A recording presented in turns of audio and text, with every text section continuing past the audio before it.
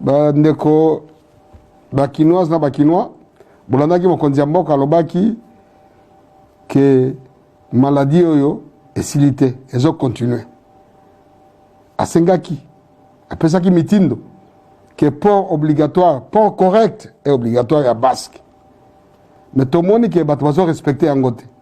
Alors, il y a un dispositif sécuritaire et hygiène pour respecter juste barrière. C'est que place à Kosokolamai, na gel hydroalcoolique ou bien savon pour battre ce mboko.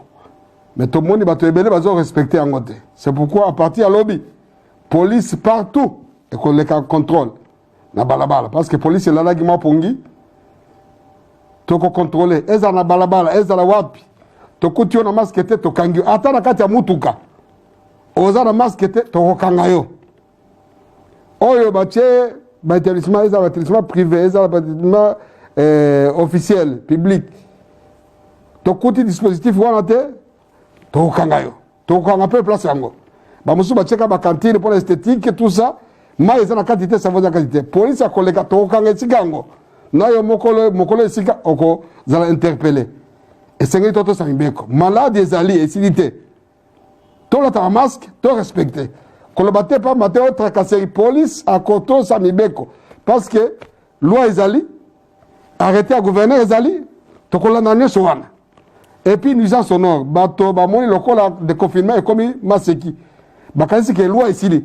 Bazo tia musique ko déranger bato kala mingi te kele se kobanda même kele c'était ba malade bazali place liberté na soki ya moninga bandi beta musique e pa na yo etu sa voisin to koleka ko saisir ba matériel nyoso wana nuisance sonore police a koleka ko boto la biloko wana e ko saisir pose ngo okufuta amende ya munene. Alors to sengi na bino moto na moto ato sa mbeko à partir lobby police ko za nzera pour na mituka pour les obligatoire à masque. Toyebi que pas ces alliés, mais balobi, mutumoko liboso, 3 personnes ici. Batunyo sowan et sengeli bata masque. Soka lati masque, eza la mutuka officielle, eza la privée, eza la taxi. Nyoso il faut masque correct et obligatoire. Même ba wewa, soka tomoni wewa, alati masque te obe client na ete toko kangaye, naye na client naye. Ndenge moko na batamituko. À partir à lobby, police kozala partout. Bolobi yoto lo ba kite, yango yo.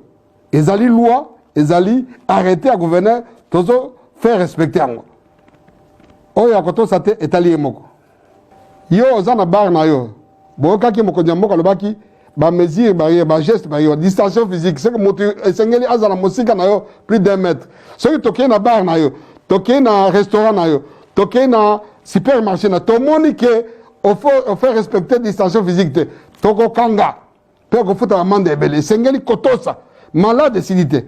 Distanciation physique, moto 1 mètre.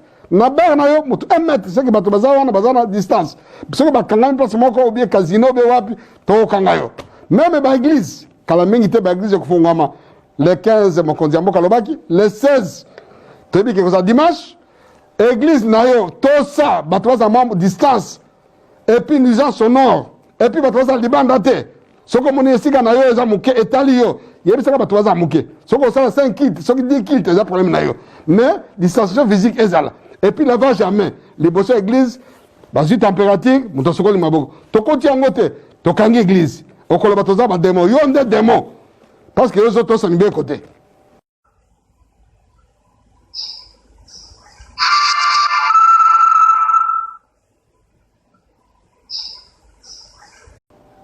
Ndeko bakinoise na bakinois bolandaki mokonzi ya mboka alobaki ke maladie oyo esili te ezo continue. Asengaki apesaki mitindo que port obligatoire, port correct est obligatoire à basque. Mais tout le monde qui est bato respecté en côté. Alobaki lisusu bati a dispositif moko ya sécuritaire et hygiène pour respecter juste barrière. C'est que place à Kosokolamai na gel hydroalcoolique ou bien savon pour battre ce qu'on mboko. Mais tout le monde va respecter en côté. C'est pourquoi à partir de lobby, police partout et qu'on les contrôle. Na balabala parce que police là qui m'a pongi toko contrôler eza na balabala eza la wapi toko tio na maskete to kangi ata na kati ya mutuka oza na maskete to kangayo oyo batie établissement privé établissement officiel public tokuti dispositif wana te tokanga yo tokanga pe place yango bamusu bacheka ba cantine pour l'esthétique tout ça mai eza na quantité savon na quantité police akoleka tokanga esika yango na yo mokolo esika oko zala interpeller esengeli toto sa mibeko malade ezali esilite tolata masque to respecter koloba te pa mateo tracasserie police akoto sa mibeko parce que loi ezali arrêté à gouverner ezali tokolanda nyonso wana et puis nuisance sonore bato bamoni lokola de confinement ekomi maseki bakanisi ke loi esili bazotia musique kodéranger bato kala mingi te kelesi ekobanda même kelesi te bamalade bazali place liberté na esuki ya moninga ebandi beta musique epa na yo etungisa voisin te tokoleka kosaisir bamateriel nyonso wana nuisance sonore police akoleka akobotola biloko wana ekoza saisi mpo ozwa yango okufuta amande ya monene alors tosengi na bino mutu na mutu atosa mibeko à partir ya lobi police ekozala nzela mpo na bamituka port eza obligatoire ya masque toyebi ke pasi ezali mais balobi mutu moko liboso 3 personnes nsima bato nyonso wana esengeli balata masque soki alati masque te ezala mutuka officiel ezala privé ezala taxi nyonso il faut masque correct et obligatoire même bawewa soki tomoni wewa alati masque te obe client na ye te tokokanga ye na ye na client na ye ndenge moko na bato ya mituka à partir ya lobi police akozala partout bolobi oyo tolobaki te yango oyo ezali loi ezali arrêté ya gouverneur tozo faire respecter yango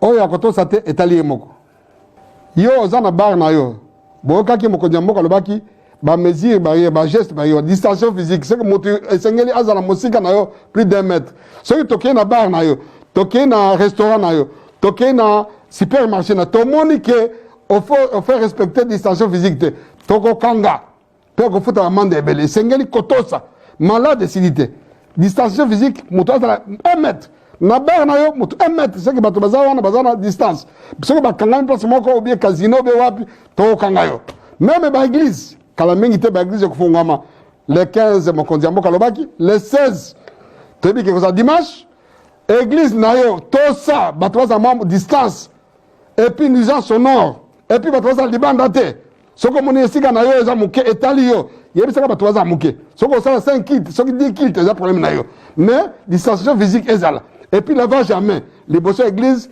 bazwi température moto asokoli maboko tokoti yango te tokangi église okoloba toza bademo yo nde demo parce que yo ozotosa mibeko te